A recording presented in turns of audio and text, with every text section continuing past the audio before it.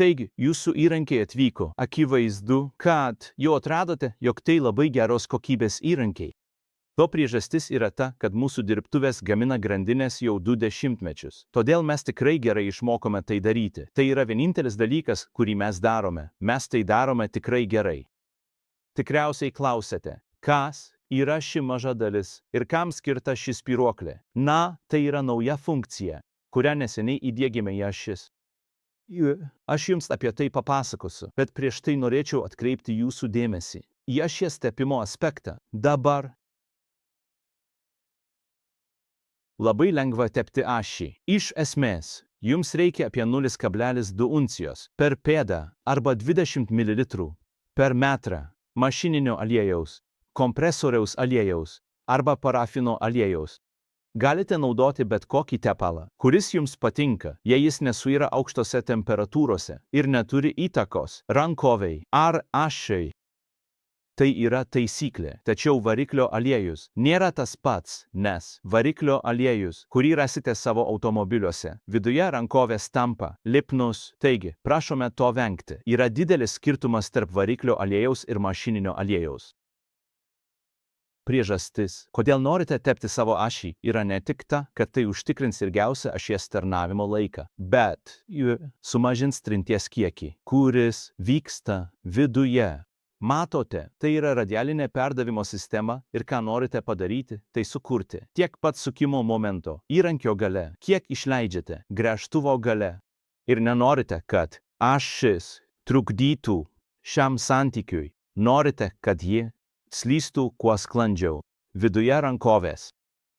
Dabar tepti jį yra gana paprasta. Jūs tiesiog išimkite tokį gabalą. Ir kaip matote, dabar turiu atidengtą sekciją čia, kur užpildau savo tepalą, atsižvelgdamas į turimų metrų ar pėdų kiekį. Tada paimu kitą galą. Taip. Ir tiesiai jį įdedu atgal. Taip.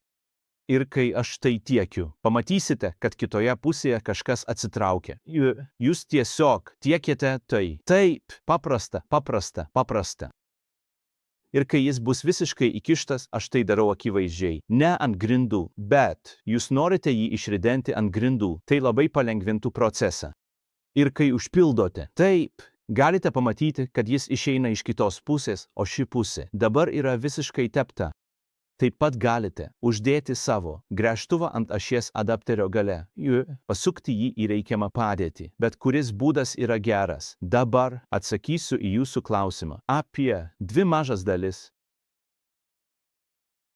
Šis gabalas.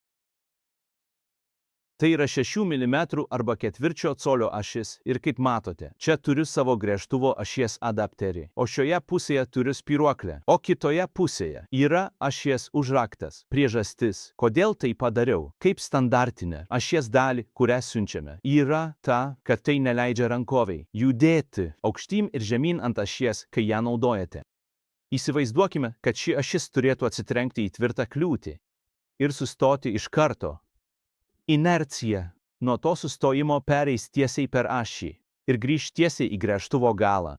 Jei hipotetiškai nesate tinkamai nustatę savo sukimo momento ribiklio, kyla rizika, kad ašis gali sulinkti arba gręžtuvas pradės suktis. Dabar, kai tai įvyksta, sukimasis labiau linkęs sulenkti ašį arčiau gręžtuvo nei įrankio gale, todėl norite, kad rankovė būtų kuo arčiau šio adapterio, kad išvengtumėte jos susisukimo. Rankovė padeda užkirsti kelią susisukimui. Taigi, tai yra priežastis, kodėl vienoje pusėje turime spyruoklę, o kitoje pusėje ašies užraktą. Pasakęs tai yra tiesiog kažkas, ką mes suteikėme, jums nebūtinai reikia to naudoti, jei nenorite. Taigi, sėkmės jums. Tikiuosi, kad tai greitai grąžins jūsų investicijas.